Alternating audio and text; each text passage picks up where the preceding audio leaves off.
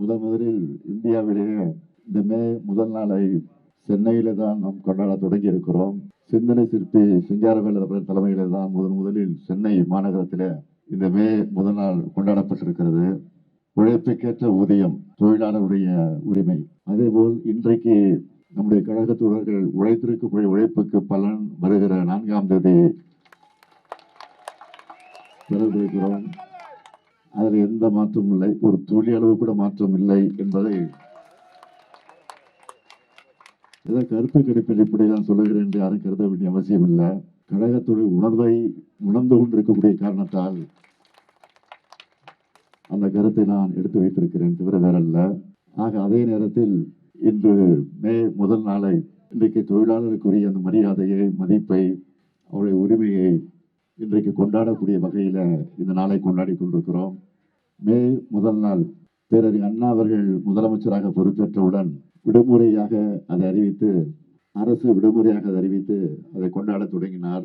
ஊதியத்தோடு கூடிய விடுமுறையாக மட்டுமல்ல, அந்த விடுமுறை நாளை சட்டமாக்கி தந்தவர் அண்ணாவுக்கு பிறகு முதலமைச்சராக பொறுப்பேற்ற நம்முடைய முத்தமிழறிஞர் தலைவர் கலைஞர் அவர்கள்.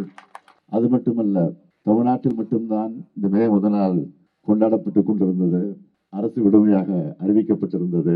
இந்தியா முழுமைக்கும் இந்த விடுமுறை நாளை இந்தியா முழுமைக்கு கொண்டு வர வேண்டும் என்று தலைவர் கலைஞர் அவர்கள் எடுத்து சொல்லி நாடாளுமன்றத்தில் நம்முடைய உறுப்பினர்கள் எல்லாம் குரல் எடுத்து பிரதமராக இருந்த வி.பி. சிங் அவர்கள் அதை ஏற்றுக்கொண்டு தமிழ்நாட்டில் மட்டுமல்ல இந்தியா முழுமைக்கும் அரசு விடுமுறையாக, ஊதியத்தோடு கூடிய விடுமுறையாக அறிவித்து அதுவும் இன்றைக்கு கொண்டாடப்பட்டுக் கொண்டிருக்கிறது.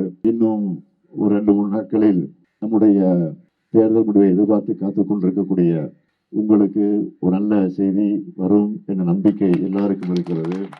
இந்த சூழ்நிலையில் நான் தெரிவித்துக் கொள்ள விரும்புவது, எல்லாருக்கும் எல்லாம் என்ற தத்துவத்தோடு தான், அந்த கொள்கையோடு தான் நாம் ஆட்சியை நடத்தி கொண்டிருக்கிறோம். ஆக அது தொடரும் தொடரும் தொடரும் என்ற உறுதியை எடுத்து சொல்லி இந்த மேதின நினைவு பூங்காவை தலைவர் கலைஞர் அவர்கள் தான் உருவாக்கி தந்திருக்கிறார்கள்.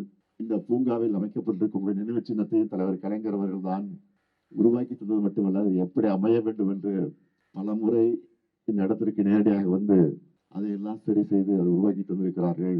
இதற்காக இதை குறிப்பிட்டு சொல்றேன் என்று சொன்னால், தொழிலாளர்கள் மீது, தொழிலாளர் உரிமை மீது எந்த அளவுக்கு தலைவர் கலைஞர் அவர்கள் நம்பிக்கை வைத்திருந்தாரோ அந்த நம்பிக்கைக்கு பாத்திரமாக நான் மட்டுமல்ல, நாம் அனைவரும் ஒன்றிணைந்து பாடுபடுவோம், பணியாற்றுவோம், உழைப்போம் உழைப்போம் என்று சொல்லி விடைபெறுகிறேன். நன்றி, வணக்கம்.